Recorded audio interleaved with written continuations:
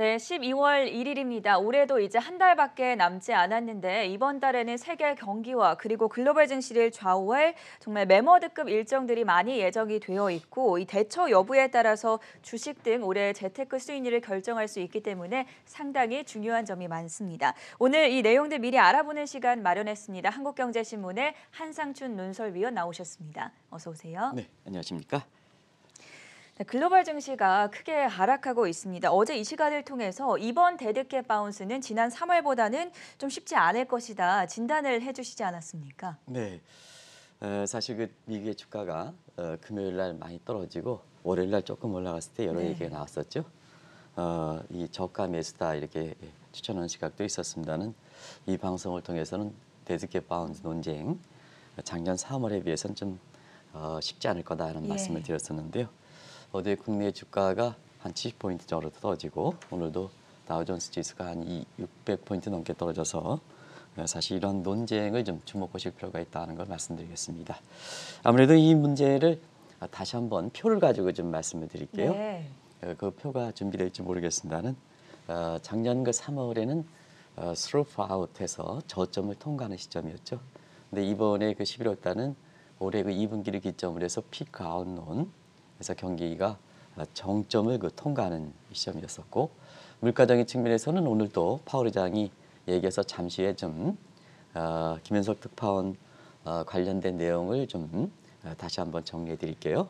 같은 물가라 하더라도 앞에 얘기했던 분과 또 김현석 특파원과 얘기가 좀 다르기 때문에 그런 각도에서 좀 현재 얘기를 좀 다시 정리해 드리겠습니다.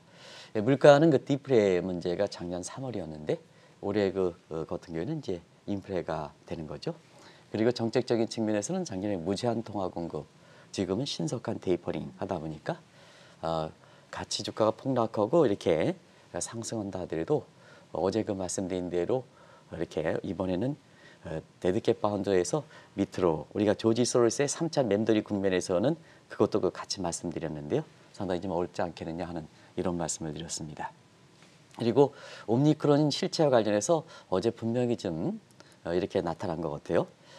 바이든과 그다음에 파우치 서장 전부 정부와 관련된 사람들 아닙니까? 오늘 파월 의장도 마찬가지로 이 오미크론에 대해서 실체가 좀 약하다. 통제는 안 한다 하는 입장에 대해서 민간 사이드에 보면 모더나 CEO, 그다음에 독일의 바이오 업체의 CEO, 네. 그리고 골드만삭스 같은 민간의 이렇게 투자은행 같은 경우에는 상당히 좀 어렵게 보는 거죠. 어렵게 지금 모더나 그 CEO에 대해서 계속해서 얘기하고 있습니다는 네. 기존의 그 백신들이 이런 오미크론에 대해서 효과가 적다는 거 아니겠습니까? 그래서 시청자 여러분 어제도 말씀드렸습니다. 파우치 의장이 재봉쇄를 안 하겠다 하는 이 측면이 많은 의미를 두지 마십사. 그는 바이든 대통령이 굉장히 지지도가 떨어지는 상태에서 지금 재봉쇄한다면 내년 1월 20일 날 취임사에 가져갈 게 없다는 얘기거든요. 그런 측면이 골사란이 나타나서 시장에 미치는 것이 아닌가 생각합니다. 그런 각도에서 오늘 옴니크론의 실체에 대해서는 앞서 그 김현석 특파원께서 말씀하신 대로 지금 정확한 실체가 나타나지 않는다. 오늘 그 정확한 실체가 나타나야 그에 대해서 뭐 백신이든 또 증시에 대해서는 이렇게 미래에 대해서 이렇게 그 예상해 볼 수 있는 거 아니겠습니까? 그런 측면이 지금 당면한 문제에 대해서 얘기했다 이렇게 보겠습니다. 결과로 실체가 드러나지 않는 상태에서 지금의 엊그제 보여줬던 이렇게 주가 상승은 데드캣 바운드에서 작년 3월에 대비해서 굉장히 어렵다. 그것이 어제 코스피 70포인트 그리고 사실은 오늘 그 미국의 다우존스 지수가 600포인트 넘게 떨어진 배경이 아닌가 이렇게 보고 있습니다. 오늘 뉴욕 증시를 더욱 어렵게 했던 것이 바로 파월 연준 의장의 발언이었는데요. 인플레 파이썬을 자처했던 바이든 대통령의 연임에 화답이라도 하듯이 파월 의장이 인플레와 테이퍼링 발언을 하지 않았습니까? 네, 우리가 브레이너 대비해서 네. 파월의 그 연임을 할 때 그 배경에 대해서는 바이든 대통령이 어디에 우선순위가 되어 있까 할 측면에서는 사실 그 미국의 그 국민들은 물가 문제 굉장히 지금 어렵게 느끼기 때문에 인플레 파이터로 바이든 대통령이 자처했던 이런 상태거든요. 네. 그런 각도에서 보면 금융 완화에 대해서 사실 그 굉장히 비둘기파 성향을 갖고 있는 브레이너 이사를 사실 차기 의장으로 가기에는 어렵던 거죠. 그래서 똑같은 그 비둘기 성향을 갖고 있지만 브레이너 이사보다는 사실 그 굉장히 매파적 성향을 좀 갖고 있는 파월 의장이 물론 공화당의 이렇게 상원 인준 절차와 함께 이렇게 임명했다는 것을 말씀드린 적이 있습니다. 그런 각도에서 파월 의장이 오늘 상원 증언에서 어떻게 얘기할까? 본인의 그 통과가 이렇게 높은 상원에서 어떻게 얘기할까 하는 측면에서는 왜냐하면 공화당을 생각하면 인플레 문제에 대해서 상당히 좀 이렇게 종전과 같은 관점의 일시적이라는 견해를 얘기할 수 있는 성질이거든요. 근데 본인이 연임을 했을 때 인플레 파이터로 자처했던 바이든 대통령이 연임시켰으니까 인플레 문제에 대해서 어떻게 얘기할 건가 월가의 정계에서 네. 굉장히 주목됐던 사항입니다. 근데 파월은 바이든 대통령 인플레 파이터에 본인 자신의 연임 헌가에 대한 화답이라 하듯 처음으로 일시적이라는 용어를 좀 빼야 된다. 그래서 일전에 말씀드려도 광범위하고 그다음에 지속 가능하다 이런 의미가 읽혀진 것이 아닌가. 왜냐하면 윌리엄스 총재라든가 아니면은 그 밑에 굉장히 비서의 역할을 하는 밀스라는 페드 이사가 있습니다. 예. 이런 분들이 광범위하고 지속 가능하다는 입장을 이렇게 파월 의장이 재확인시켜준 게 아닌가 해서 지금 그 최대 관심이 되고 있는 테이퍼링에 대해서 신속한 테이퍼링. 그 다음에 경우에 따라서는 오늘 그 주가가 떨어진 데는 금융주가 떨어진 데는 바로 이 대목이거든요. 금리 인상과 바로 연결하지 않겠느냐. 종전에는 테이퍼링에 대해서 신중, 근데 신속하게 추진하겠다. 그 다음에 금리 인상과는 연결하지 않겠다. 금리 인상을 연결하겠다 하는 이런 가능성이 되면서 오늘 그 아까 서상현 본부장께서도 이렇게 지적을 해주셨습니다는 사실 그 린달 컬스의 후임이 지금 공석입니다. 아마 12월 말이 아니고 공석입니다. 그래서 리처드 코드레이가 딱 이렇게 되면 10월 말에 공석인데요. 딱 해서 이렇게 되면 바로 이렇게 이분이 은행 담당 이렇게 감독 담당 부의장으로 되거든요. 그래서 지난번에 브레이너 이사가 부의장으로 임명됐다는 것은 행정 담당 부의장이고 네. 이분은 이제 린다 큐얼스에 대비해서 사실 그 감독 담당입니다. 그래서 시청자 여러분 아시겠습니다는 브레이너 이사를 차기 연진 의장으로 바이든 대통령이 이렇게 고려했던 거는 왜 그럴까 하는 측면에서는 엘리자베스 콘 이런 사람의 진보적 성향에서 금융을 규제한다 하는 점이 아니겠습니까? 그래서 브레이너를 차기 의장으로 앉히지 못해 행정 담당 부의장을 해서 그 의지가 강하게 조화점을 찾았던 거고요. 이번에도 금융 담당 부의장으로 린달 큐얼스에 대비해서 리처드 코드레이를 그러면 이제 리처드 코드레이는 오바마 정부 시절에 만들었던 겁니다. 금민 소비자국. 네. 그래서 2011년에 신설해서 2012년서부터 2017년까지 트럼프에 쫓겨나갔죠. 초대 원장을 했습니다. 그래서 지금 오바마 대통령 입장에서는 바이든 대통령 입장에서는 오바마 대통령에 다시 재복원하고 있으니까 이분을 이렇게 감독 담당 부의장으로 임명했던 거거든요. 그러다 보니까 각종 프롬프트 트레이딩, 그다음에 레버리지 규제, 특히 공시 문제에 대해서 굉장히 규제하고 이런 측면이거든요. 그래서 글로벌 인베스트 뱅크, 커머셜 뱅크 인베스트 증권에서 골드만삭스라든가 JP 모건이라든가 이런 측에서 상당 부분 영향을 받지 않겠느냐. 프리어들이 영향을 받지 않겠느냐. 그래서 오늘 주가가 많이 떨어진 거다 하는 걸 말씀드리겠습니다.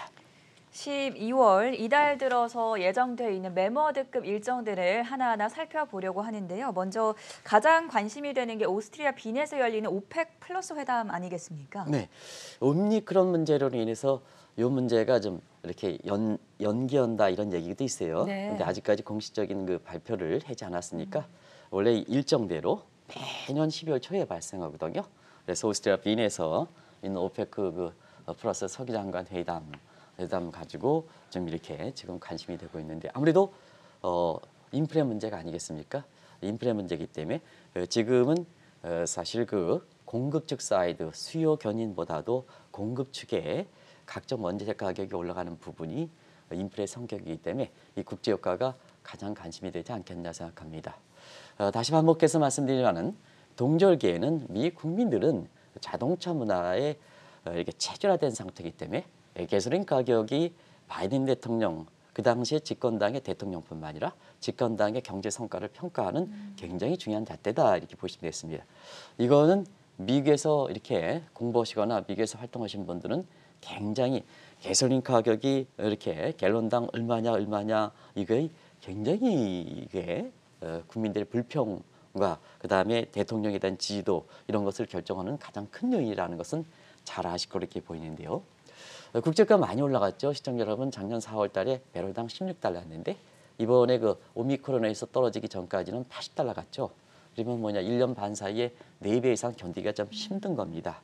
그래서 바이든 대통령이 이렇게 오페크 국가의 전쟁을 선언한 것도 한 거죠. 그래서 이렇게 지지도가 떨어지지 않게 지난달이죠. 오늘 12월 1일이니까 11월 달 들어서 증산 요구 100만 배럴, 그다음에 100만 배럴 요금 국제유가 떨어져서 오페크 국가들이 재정 사정이 굉장히 안 좋거든요. 유가가 이렇게 떨어지면 디폴트가 될 가능성이 높거든요. 그래서 지금은 이 오페크 국가들이 원유와 관련된 기후변화뿐만 아니고 자체적으로 보면 이 원유의 가성비가 떨어짐에 따라서 지금 사막이라든가 이런 걸 완전히 재개조하는 국가 개조 산업에 들어가거든요. 그래서 재정이 지금 굉장히 안 좋습니다. 이런 상태에서 유가가 이렇게 오미크론에서 떨어지면 오페크 플러스 정상회담, 오페크 플러스 서기장간 회담에서 감산을 쓸 가능성이 높아진다는 얘기입니다. 오미크론에서 유가가 더 떨어지면 네. 재정 사정 악화되고 그다음에 감산 가능성이 지금은 40만 배럴을 중단할 거다. 증산을 중단할 것이지만 지금 오미크론에서 유가가 더 떨어지면 오히려 감산까지 갈 수 있다는 거거든요. 그러면 바이든 대통령과 그다음에 오페크 간의 충돌이 되는 거죠. 그런 각도에서 베이징 올림픽과 관련해서 지금 중국과 러시아 간에 딱 붙고 있습니다. 이렇게 베이징 올림픽에 이렇게 그 참가 의사에 대해서 푸틴 대통령이 전격적으로 합의한 모습이거든요. 근데 지금의 오페크 플러스에서는 러시아가 상당히 푸틴 대통령이 굉장히 주도권을 갖고 있는 상태거든요. 그래서 지금 올림픽과 관련해서 나중에 말씀드리겠습니다는 미국과 중국 간에 이렇게 갈등이 심한 상태에서 사실 러시아 간이 붙어버리다 보니까 이 문제에 대해서 러시아가 미국의 바이든 요구를 수용할 수 없다 하는 측면에서 원유 전쟁 얘기가 나오는 거거든요. 그래서 지금의 공급 측에 발생했던 인플레 요인이 굉장히 상당히 지속된다. 그래서 오늘 파월 의장도 일시적이라는 것을 철회했던 거고, 그다음에 또 한 가지 국제금융협회가 IIF죠. 퍼펙트 스톰 얘기라는 얘기는 우리가 회색 증후군이라든가 그다음에 퍼펙트 스톰에 대해서는 얘기했습니다. 이게 딱 요 용어를 붙였습니다. 퍼펙트 글로벌 인플레 스톰이라는 요 용어를 붙였습니다. 이게 이제 지금 미국의 주가를 떨어뜨리고 이번 주에 있는 오페크 플러스 서기장간 회담의 결과가 어떻게 나오느냐 하는 문제를 굉장히 주목한다 이렇게 보겠습니다. 만약에 증산 철회라든가 감산을 이렇게 가게 될 때는 바이든 대통령이 또 한 번 무색해야 되지 않겠느냐. 그러면 바이든 대통령 입장에서는 지금 전략 원유 비축분을 풀었는데, 자 만약에 오페크 국가들이 유가를 지지하기 위해서 이렇게 감산한다면 어떤 카드가 쓸 것이냐. 그런 측면에서는 대리품 개발에 나서지 않겠느냐 하는 시각들이 벌써부터 나오고 있다 이렇게 보겠습니다. 이것이 2년 전에 발생했던 트럼프 정부의 원유 전쟁에 이어서 2차 원유 전쟁 얘기가 나오는 거다 이렇게 보겠습니다. 여기에 또 하나의 중요한 문제가 지난 10월 초에 임시 방편으로 넘겨놓았던 또 이슈가 있었죠. 임시 예산안과 연방부채 상한 조정 문제도 곧 다가오지 않습니까? 네, 이 문제도 지금 가장 큰 이슈죠. 네. 10월 들어서는 아마 이 문제가 가장 큰 이슈가 될 겁니다. 지금 측면에서 이제 미국에 만약에 오미크론이라든가 이런 측면에서 미국의 경기가 좀 어려워진다면 지금 파월 의장이 인플레 문제, 그다음에 조기 테이퍼링 이런 것을 얘기한 상태에서 보면 금융 측면에서는 사실 너무 앞서가면 어렵다 하는 측면이 바로 이런 대목이거든요. 그런 측면에서 보면 오미크론이 만약에 영향이 큰 것, 그리고 오미크론만 나오는 게 아니고 또 다른 변이가 나올 가능성이 높거든요. 지금 보면 세계적으로 이렇게 바이러스와 관련된 세계적 석학들이 인도에서 나왔던 델타 변이 이외에는 그 이상의 변이는 나오지 않겠다는 것이 시청자 여러분 귀에도 잉크가 마르기 전일 겁니다. 이런 상태에서 오미크론이 나왔지 않습니까? 그래서 nobody knows, 아무것도 모른다는 얘기입니다. 그래서 만약에 경제가 더 어려진다 본다면 재정이 필요한 거거든요. 재정. 그래서 내년도에 바이든 대통령의 경제정책이 실제로 바이든 대통령의 경제정책인 바이드노믹스가 실제로 내년에 첫 해입니다. 이 얘기를 좀 다시 한번 말씀드릴게요. 내년도 올해 같은 경우에는 어떤 시청자분께서 올해 그 바이든 대통령이 1월 21일 날 출범하지 않았느냐 하는 이런 쪽에서 바이든오믹스는 대부분 다 재정적인 부분이거든요. 한번 사회적 인프라, 경기 부양책 네. 대부분 다 재정적인 측면 아니겠습니까? 그렇죠. 그런 적인 측면에서 보면 요 내용의 밑그림이 그려지는 것이 10월 1일부터 시작하는 피스칼 이어. 그래서 항상 캘린더 이어와 피스칼 이어를 구별하는 거거든요. 그래서 의회 통과한 예산이 올해 바이든 대통령이 갖고 있었는데요. 그게 트럼프 정부 때 작년 10월에 결정됐던 사항 아니겠습니까? 그래서 올해 1월 20일 날 바이든 대통령이 이렇게 취임했지만 실질적으로는 트럼프 정부 시절 때 피스칼 2021에 결정됐던 예산을 가지고 지금 경제 정책을 운영했다 이렇게 보겠습니다. 그런 측면에서 내년도에 미국의 이렇게 경제 정책에 이렇게 보면 바이든오믹스의 실질적으로 추진은 첫 해다 이렇게 보겠습니다. 근데 문제는 그렇습니다. 바이든 대통령이 사실 여러 가지로 지도가 떨어진다는 것은 뭐 누차에 말씀드렸죠. 북한이 모습 때문인데 그다음에 돌파구를 찾으려고 했던 중국과 정상회담에서 사실 실패, 미국 내 여론 평가 이런 상태에서 트럼프 대통령이 굉장히 많이 부각되고 있죠. 지금. 근데 방송을 통해서 이런 말씀을 드리긴 어렵습니다는 사실 지금 미국 내에서 굉장히 좀 사회적 영향력 있는 사람, 특히 돈 있는 사람들의 지금 이렇게 여러 가지 비윤리적인 이런 문제가 굉장히 지금 아주 이슈로 터지고 있습니다. 아침에 굉장히 말씀드리기가 좀 어렵습니다. 네. 이전에 사실 누구죠? 이렇게 인텔의 회장이신 이런 분의 문제가 함께 터진 거 있지 않습니까? 마이크로소프트, 빌 게이츠 이런 문제에 대해서 그 그룹들이 지금 굉장히 큰 이슈로 터지기 때문에 사실 지금 이렇게 노출되지 않고 있습니다는 이 문제로 인해서 사실 트럼프 정부의 트럼프의 예비 내각 이런 식으로 지금 이렇게 사회자가 혼란한 상태거든요. 이런 상태에서 만약에 임시 예산안 2개월로 연장됐던 이 예산안이 정식적으로 2020년 회계연도가 통과하지 않는다면, 연방부채 상한이 통과하지 않는다면, 사회적 인프라가 지금 상원을 왔다 갔다 하면서 난항을 보이고 있는데 통과하지 않는다면 사실 공화당의 내년에 있는 중간선거를 바탕으로 해서 강력하게 반응해서 이 문제가 처리되지 않는다면, 신년을 맞은다면 1월 20일 날 바이든 대통령이 출범 이렇게 1주년에 무슨 얘기를 할 것이냐. 그리고 실질적으로 보면 내년에도 바이든오믹스의 첫 해인데 재정을 가져오지 못한 상태에서 이렇게 가다 보니까 미국에서 벌써부터 바이든 정부의 좀비 정부다. 좀비 정부다. 죽은 시체 같은 좀비 정부가 될 것이다 하는 이런 우려가 나오기 때문에 그만큼 중요하기 때문에 12월에 이게 통과될 것이냐 하는 측면도 굉장히 주목해서 시청자분이 바라보셔야 될 거다. 이렇게 말씀드리겠습니다. 올해 마지막 연준 회의도 14일부터 이제 양일간으로 예정이 되어 있는데요. 오늘 파월 의장의 발언으로 좀 테이퍼링이나 금리 인상 속도가 빨라지지는 않을까요? 변수는 있어요. 네. 오미크론 영향이 세게 나오면 지금 파월 의장이 오늘 상원 증언대도 가지는 않을 겁니다. 근데 변수는 있습니다. 네. 근데 오늘 발언대로만 한번 14일, 15일 날 이렇게 페드 회의를 결과를 한번 예상해 보겠습니다. 아시겠지만 매년 12월 FOMC 회의가 1년에 8차례 있는 회의 중에서 가장 이슈가 되는 것은 왜냐하면 다음 연도의 통화정책회의로 결정하기 때문에 그렇습니다. 멤버들도 많이 바뀌었죠. 파월은 연임하지만 행정담당 부의장이 브레이너 이사가 됐고 그다음에 감독담당 부의장이 아까 말씀대로 코드레일이 된 상태거든요. 네. 멤버도 바뀌었습니다. 이런 상태에서 내년도에 통화정책 방향이 어떤 식으로 나올 것이냐 하는 측면인데요. 그래서 오늘 의회 증언의 파월 의장의 발언이 굉장히 중요했다는 얘기입니다. 굉장히 일시적이다. 그다음에 이렇게 국제금융협회가 얘기하는 것으로 퍼펙트 글로벌 인플레 스톰이다. 이런 얘기가 이제 심심찮게 나오고 있는데요. 이런 각도를 이렇게 본다면 이번에 경제 전망은 어떻게 될 것이냐. 오미크론 영향이 부분적으로는 반영할 겁니다. 이렇게 12월, 14일, 15일이니까 오늘 발언은 대체로 보면 오미크론에 대해서 미국의 바이든 그다음에 파우치, 파월에서 정부 당국의 시각을 반영한 것이 아닌가. 영향이 미묘하다 하는 입장인데 민간에서는 그렇지 않다 하는 걸 말씀드리겠습니다. 그런데 페드의 공식적인 오미크론 의견 관련돼서는 이번에 14일에서 15일에 있는 여기에 경기 전망에 부분적으로 반영한다. 이걸 한번 지켜보실 필요가 있다 이렇게 보겠습니다. 그리고 나드 프로트 문제, 금리 전망. 우리가 옵티멀 컨트롤을 위해서 이게 점도표가 되는 거죠. 이 점도표에서 금리가 인상 시기가 앞당겨질 것이냐, 내년에 몇 차례 올라갈 것이냐 하는 이 측면이 함께 발표된다 이렇게 보겠습니다. 그런 과정에서 오늘 파월 의장의 의견을 가지고는 말씀드리겠습니다.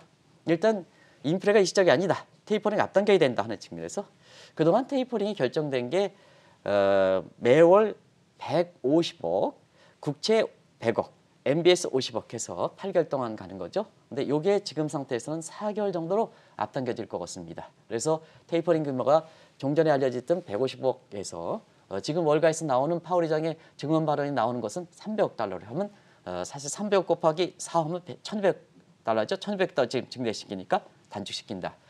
여기에서 지금 오늘 국채 금리가 굉장히 반영했던 것은 테이퍼링 종료하면 이와 같은 속도로 갈 때는 뭐든지 이렇게 비행기가 나르면 있잖아요. 저 속도가 중요한 것은 비행기가 나르면 여기서 저려놓으면 그냥 떨어지는 거거든요. 그렇지 않습니까? 네. 그러면 이제 테이퍼링 속도를 저렇게 빨리 간다면 금리, 기준금리 인상은 다음 차례인데요.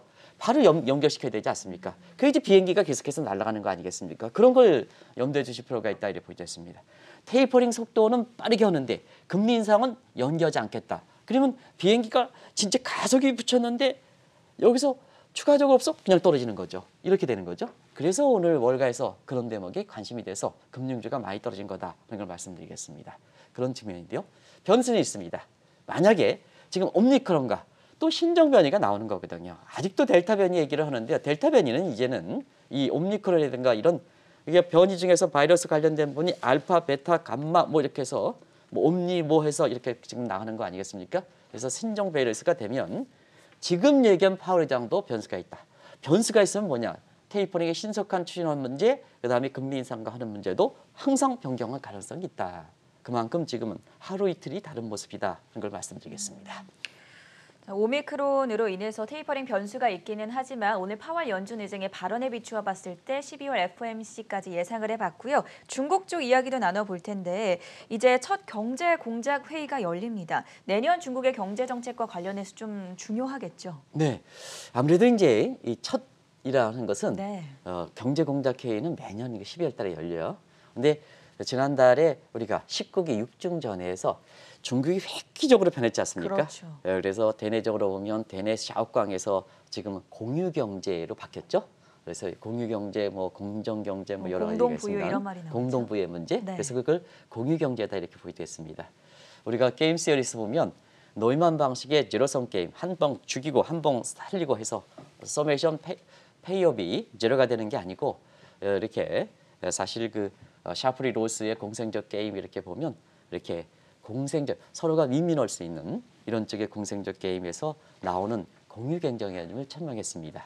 그리고 이제 대외적으로 보면은 그동안 일국 일주 체제에서 중국이 대만과 홍콩을 흡수하는 문제 이런 쪽에서 이게 실패하니까 중국몽 미국과의 본격적인 패권 경쟁 이렇게 해서 양대 대내 목표는 사실 그 공유 경제 쪽으로 가고 그다음에 대외적으로 보면 이렇게 중국몽을 철회하니까 이 중국몽의 성격은 정치 군사적 측면보다도 경제 패권 문제가 결부돼 있지 않습니까? 그러다 보니까 공유 경제와 그다음에 대외적으로 경제 패권 경쟁의 중국몽의 구체화되긴 내년도의 첫 경제 정책이 바로 이번 달에 열리는 경제 공작 대회에서 결정된다 이렇게 보겠습니다. 그래서 이번에 경제 정책 방향이 결정되면 내년 3월에 있는 양회 대회에서 전국 인민자 대표대회, 정치협은 정치적 문제니까 전국 인민자 대표에서 결정돼서 실행을 옮긴다 이렇게 보겠습니다.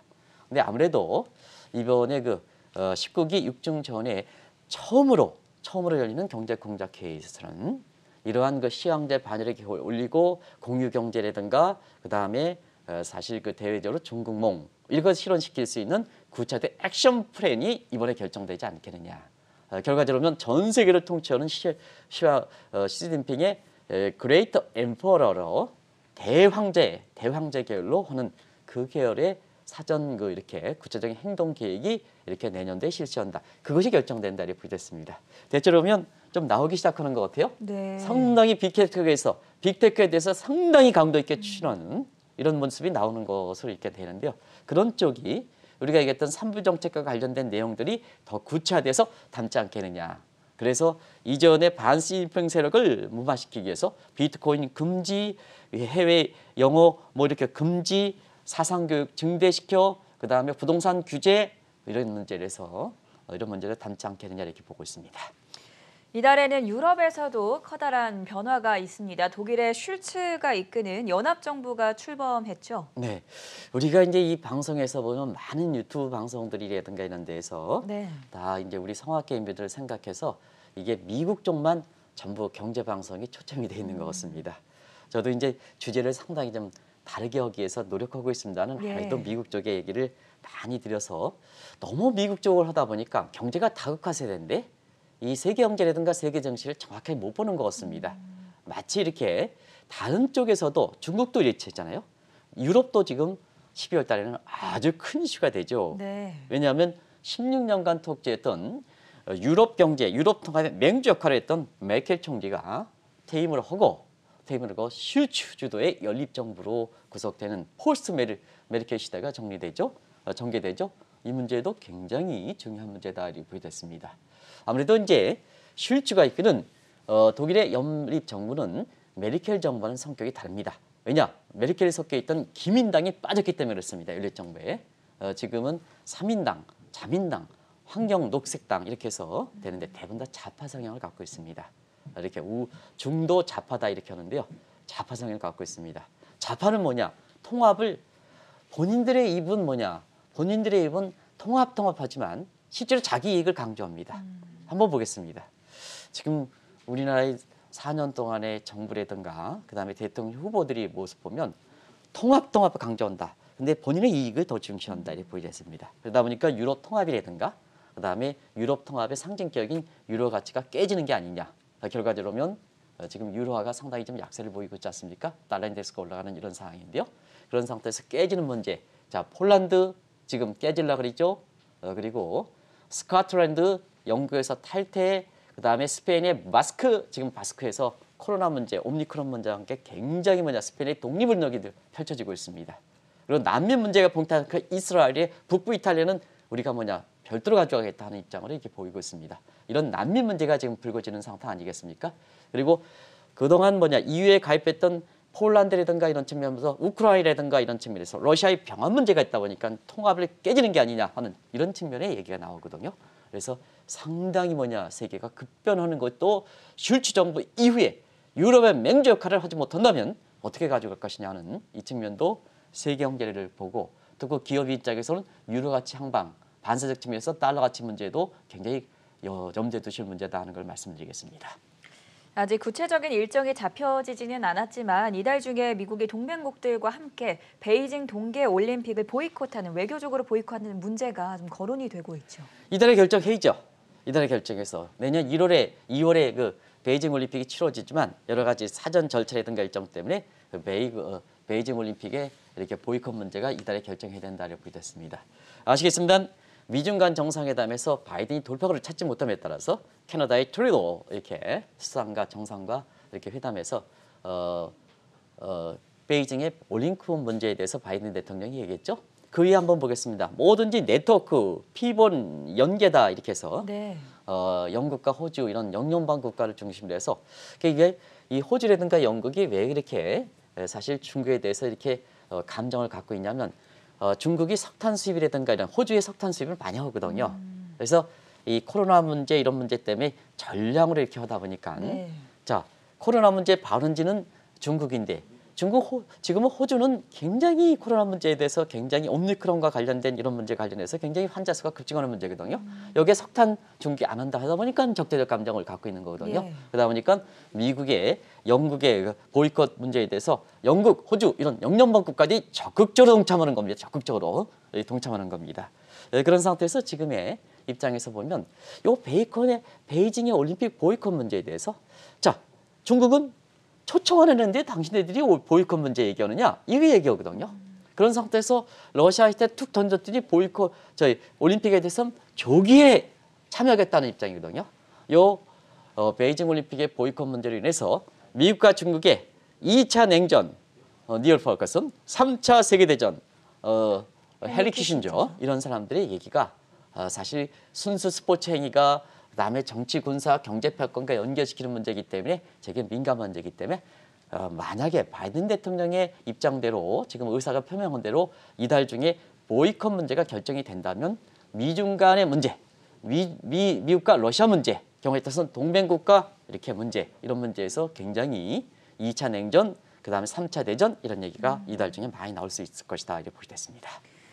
마지막으로 좀 어려워 보이는 12월 증시 투자자들은 어떻게 대처하면 좋겠습니까? 네, 일일비할 필요는 없다는 것을 꼭 좀 말씀드리겠습니다. 네. 우리가 이럴 때 그래서 좀 더 좀 길게 올해 하반기 이후서부터 뭐 이게 뭐 맞았다 안 맞았다 이렇게 보는 것 없지 이런 상황에 대비해서 항상 균형의 미학을 강조했던 겁니다. 이렇게 시청자 여러분 이게 올해 하반기서부터 계속해서 배당, 이 글로벌 테마 ETF 그다음에 현금 그래서 이것을 뭐 334 이렇게 343 이렇게 해서 이런 쪽으로 얘기도 했던 시각도 아마 시청자 여러분 보이겠을 겁니다.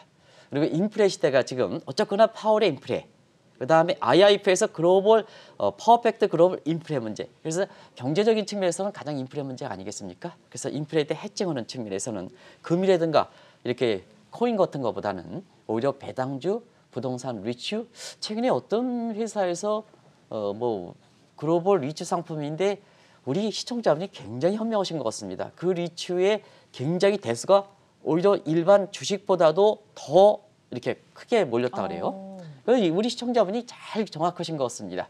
그래서 인플레 문제가 불거질 부동산 리츠, 이렇게 달러, 희귀원자재 이런 쪽이 이제 한번 주목하실 필요가 있다. 네. 그래서 그때 이렇게 보다는 좀 긴 호흡 가지고 이런 것을 좀 걸치고 이달 중에 일정도 긴 호흡 가지고 한번 보실 필요가 있지 않냐 하는 생각이 듭니다. 네, 오늘은 12월 첫날인 만큼 미국과 유럽 그리고 중국까지 세계 주요국들의 중요한 일정들에 대해서 자세하게 짚어봤고요. 지금까지 한국경제신문의 한상춘 논설위원이었습니다. 대단히 고맙습니다. 네, 고맙습니다.